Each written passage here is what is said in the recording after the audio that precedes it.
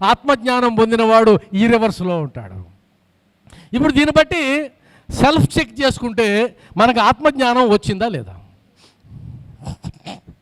అంటే మిమ్మల్ని మీరు చెక్ చేసుకోవడానికి సింపుల్.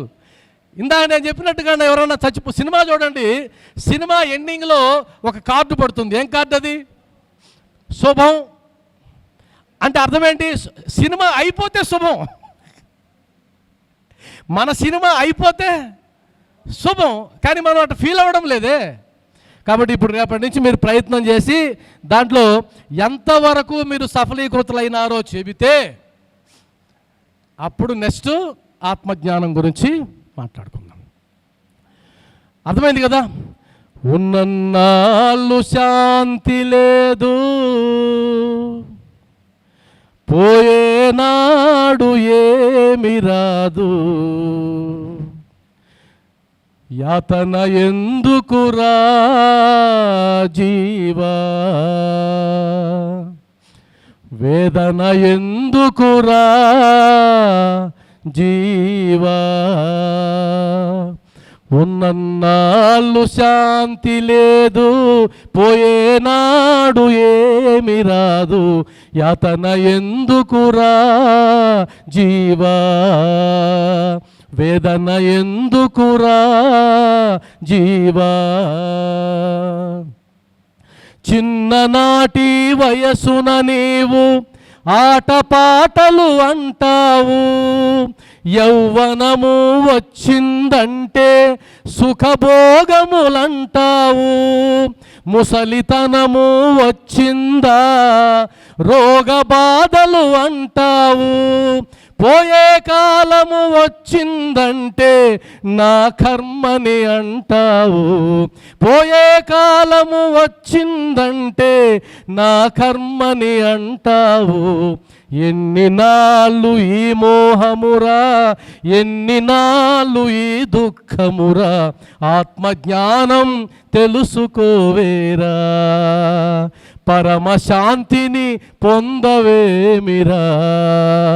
ఉన్నన్నాళ్ళు శాంతి లేదు, పోయేనాడు ఏమి రాదు, యాతన ఎందుకురా జీవా.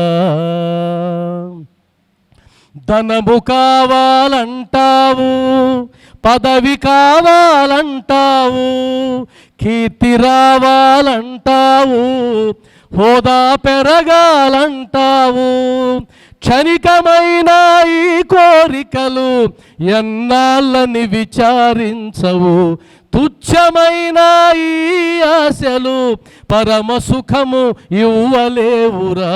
ఎన్ని నాళ్ళు ఈ అజ్ఞానం, ఎన్ని నాళ్ళు ఈ అవివేకం, పరమ గురుని ఆశ్రయించరా, పరమ శాంతిని పొందవేమిరా. నేను నేను అంటావు, నాది నాది అంటావు, నా పుణ్యము అంటావు, నా సొంతము అంటావు, ప్రాణము పోయిందంటే నీవు లేవు నీది లేదురా, ఆయుష్షు తీరిందంటే నాటకమే ముగిసేనురా. ఎన్ని నాళ్ళు ఈ మోహమురా, ఎన్ని నాళ్ళు ఈ దుఃఖమురా, పరమశాంతిని పొందవేమిరా, పరమగతిని పొందవేమిరా. ఉన్నన్నాళ్ళు శాంతి లేదు, పోయేనాడు ఏమి రాదు, యాతన ఎందుకురా జీవా, వేదన ఎందుకురా జీవా, యాతన ఎందుకురా,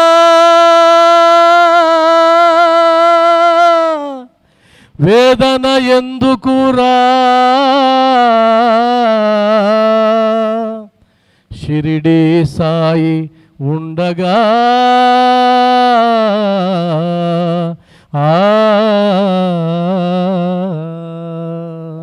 ఓం శ్రీ సచ్చిదానంద సమర్థ సద్గురు. చప్పట్లు కొట్టేదాన్ని బట్టి ఎంతమంది నిద్రపోతున్నారో ఈజీగా తెలుసుకోవచ్చు. అందరూ ఒకసారి కొట్టి చూడండి. అంటే ఇప్పుడు కొంతమంది లేచారని అర్థం. కాబట్టి సాయి బంధువులారా, ఇది అనంతం. ఏమీ తెలియన నాకే ఇంతుంటే ఇంకా మళ్ళీ నా తర్వాత రాబోయాడు మా గురువు గారు, సాయి దుర్శ గురువు గారు. ఆయనకి ఇంక ఎన్ని గంటలు చెప్పాలి ఈ సమయం. కాబట్టి నేను ఈ విషయాలు కూర్చోకు సినయ్య. సరే, కాబట్టి నేను ఈ విషయాలు కూడా మీతో మాట్లాడే విషయాలు కూడా అనేక సార్లు మా గురువుగారితో మాట్లాడి చర్చించి ఆయనతో ఆ చర్చల్లోంచి వచ్చిన విషయాలు మీకు మాట్లాడి ఉంటాం. ఆ తర్వాత నేను వరుసగా చెప్పేస్తాను, మీరు ఇంటికి వెళ్ళిన తర్వాత హోంవర్క్ చేసుకోండి శ్రీ సాయి సచ్చరిత్రలో ఉన్నవి. ఆ తర్వాత రెండవ లక్షణం మీకు ఉంటే కనుక, ఇప్పుడు నేను పాడాను కదా పాట, వింటున్నారా అందరూ? నేను పాడాను కదా పాట, అది వైరాగ్యానికి సంబంధించినటువంటి పాట, విరక్తికి సంబంధించినటువంటి పాట. కాబట్టి రెండో అర్హత ఏంటంటే విరక్తిని పొందగలుగుతున్నావా, ఇహపర సౌఖ్యాలను త్యజించగలుగుతున్నావా.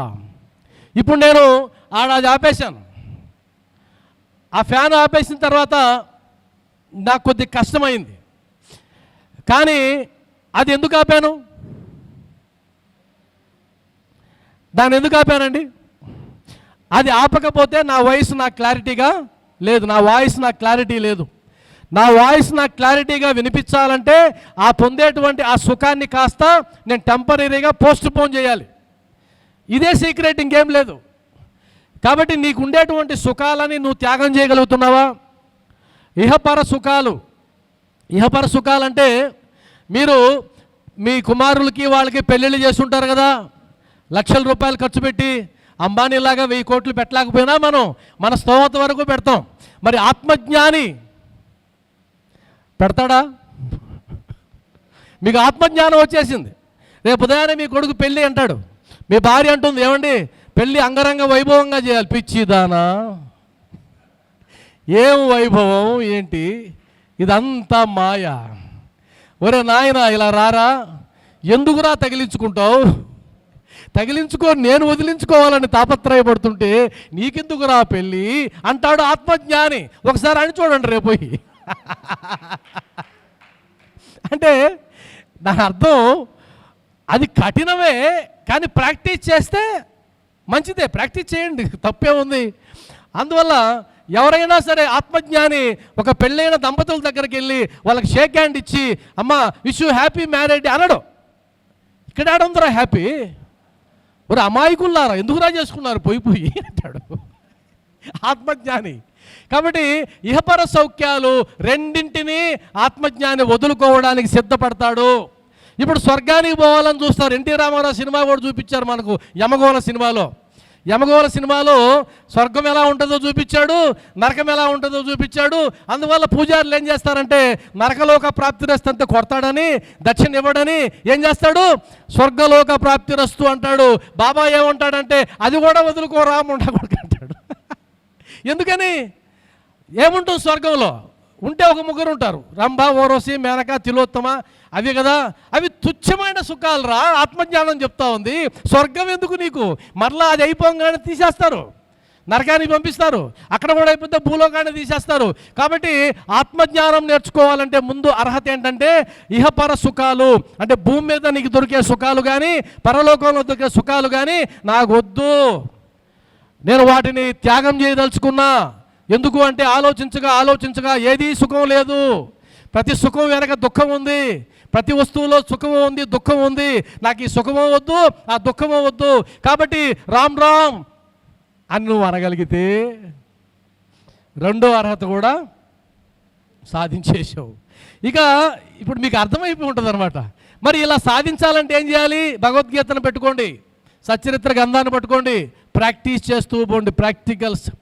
ధ్యాయతో విషయాన్ పుంసః, ధ్యాయతో విషయాన్ పుంసః సంగస్తేషుపజాయతే, సంగాత్ సంజాయతే కామః, కామాత్ క్రోధోభిజాయతే, క్రోధాత్ భవతి సమ్మోహః, సమ్మోహా స్మృతి విభ్రమః, స్మృతిభ్రంశా బుద్ధినాశో, బుద్ధినాశ ప్రణశ్యతి, బుద్ధినాశ ప్రణశ్యతి. సులభంగా చెప్పేశారు. ఇంద్రియాలు ఎలా జయించాలి చెప్పేశాడు. అరే నాయనా, నీకు ఆలోచన ఎక్కడైతే మొదలవుతుందో విషయ సుఖాలపైన, ఆలోచన స్థాయిలోనే దాన్ని చంపిపడే. ఒక వస్తువు మీద కన్నుపోయింది, అది నాకు కావాలి అనిపిస్తుంది, ఇప్పుడే తుంచేదాన్ని. తుంచకపోతే దాంతో సాంగత్యం ఏర్పడుతుంది, ఆ సాంగత్యం కాస్త మోహంగా మారుతుంది, అది కానీ తీరకపోతే ఈర్ష్యగా మారుతుంది, అసూయగా మారుతుంది, ద్వేషంగా మారుతుంది, ఆ తర్వాత కోపం వస్తుంది, ఆ కోపం తర్వాత బుద్ధి నాశనం అవుతుంది, బుద్ధి తర్వాత నువ్వు కూడా నాశనం అయిపోతావు. సింపుల్. కాబట్టి మీరు గమనిస్తే సాయి బంధువులారా, ప్రతి ఆధ్యాత్మిక బోధకి సాధన ఉంది. ఆ సాధనని అర్థం చేసుకుని సాధన చేస్తూ వెళ్తే 100% ఆత్మజ్ఞానాన్ని ఈ దేహంతో ఉన్నప్పుడు ఈ జన్మలోనే నువ్వు సులభంగా పొందొచ్చు. కాకపోతే బాబావారు చెప్పారు, మార్గమధ్యంలో పులులుంటాయి, తోడేళ్ళుంటాయి, మార్గదర్శిని వెంట పెట్టుకుని పో. కాబట్టి మనకైతే ఇబ్బంది లేదు. మనకెందుకు ఇబ్బంది లేదంటే మార్గదర్శి ఉన్నాడు కాబట్టి.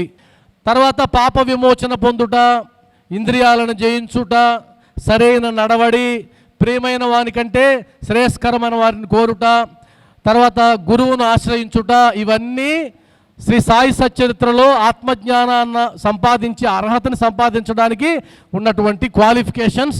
వాటిని సాధించండి. మరొక సందర్భంలో ఖచ్చితంగా మనం వాటన్నిటి గురించి కూడా తెలుసుకుందాం.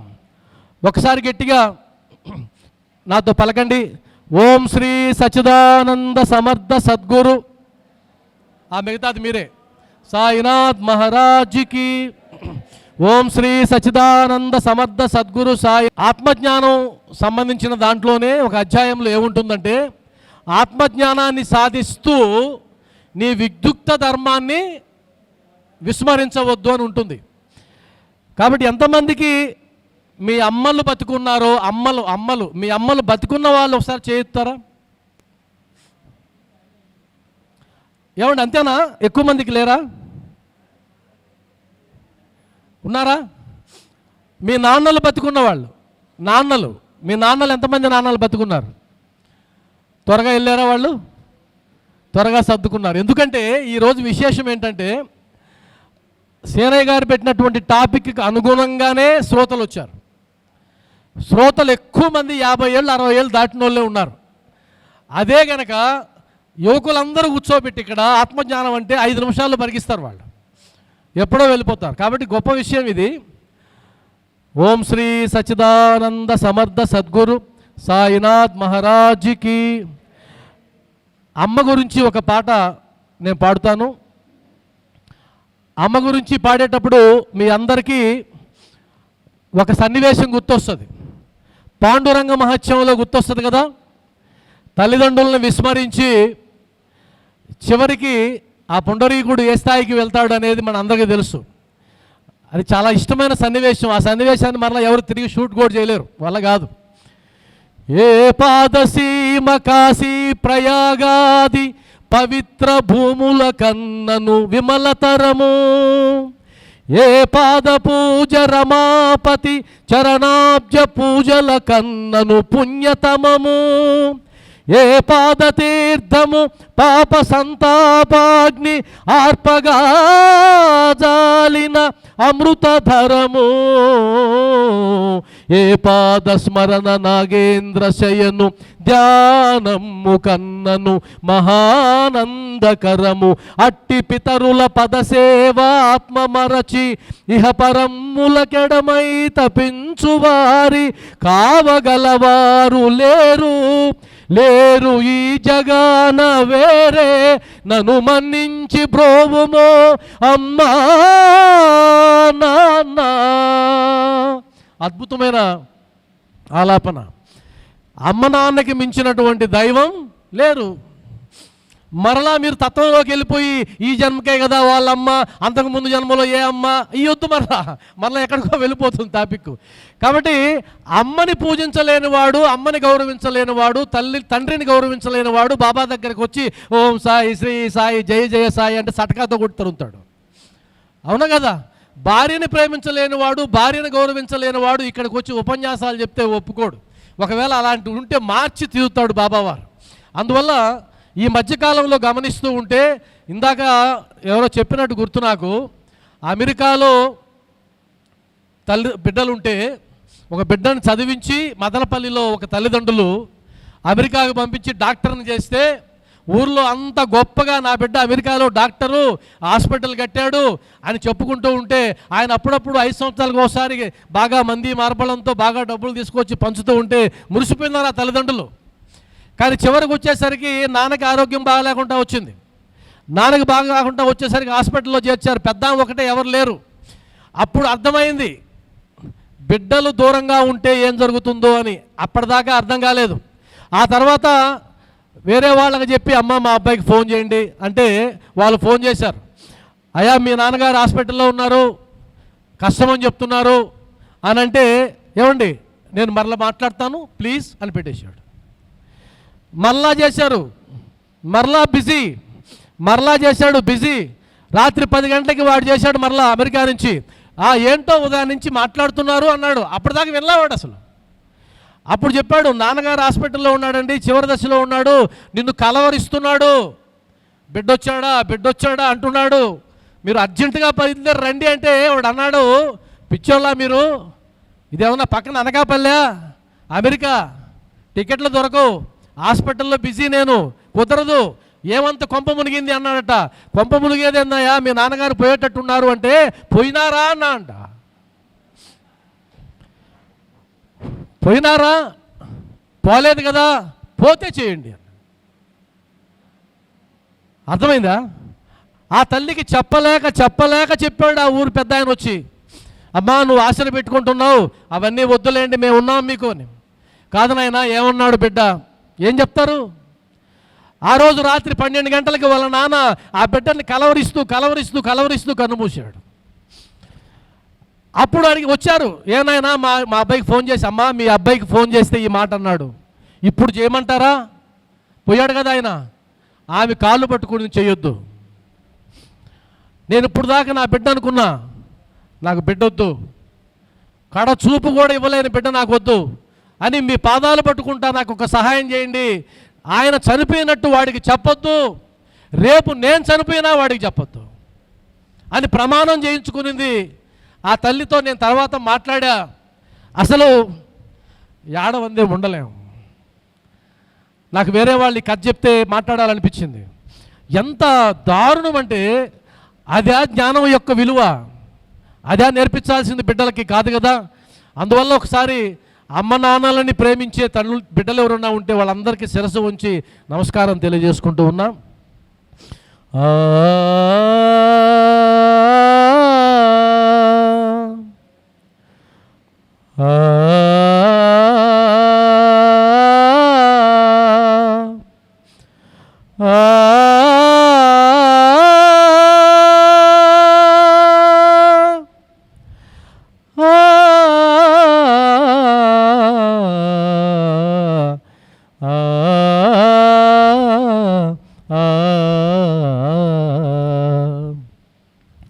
నవమాసాలు కడుపున మోసి,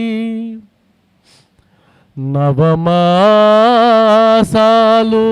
కడుపున మోసి, పురుడొక చావని తెలిసి, పేగు పంచిన అమ్మకు నీరాజనం, కష్టాలు కడగండ్లు తాను తాగి, కష్టాలు కడగండ్లు తాను తాగి, తన రక్తాన్ని పాలగా మార్చి, నన్ను పెంచిన అమ్మకు నీరాజనం,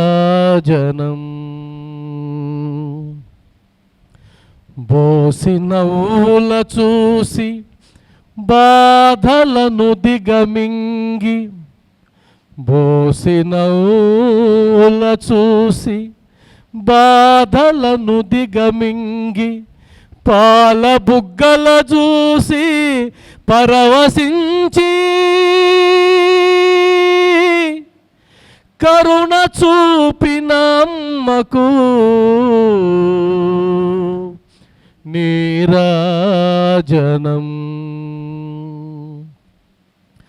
జబ్బు చేసిన నాడు గుండెలు బాదుకొని, జబ్బు చేసిన నాడు గుండెలు బాదుకుని ముక్కోటి దేవుళ్ళకు ముడుపులు కట్టి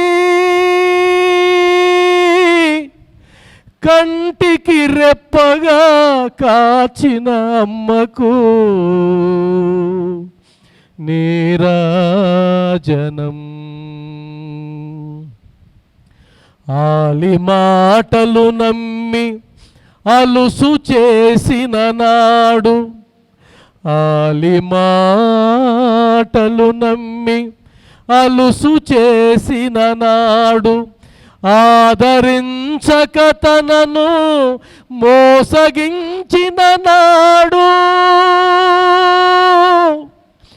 కోపమన్నది లేక బాగుండు కొడుకాయని కరుణ చూపిన అమ్మకు నీరాజనం, నీరాజనం. బిడ్డల కోసమే బ్రతికి బిడ్డల బాగునే తలచి, బిడ్డల కోసమే బ్రతికి బిడ్డల బాగునే తలచి, బిడ్డల కోసము తన జన్మను హారతి చేసే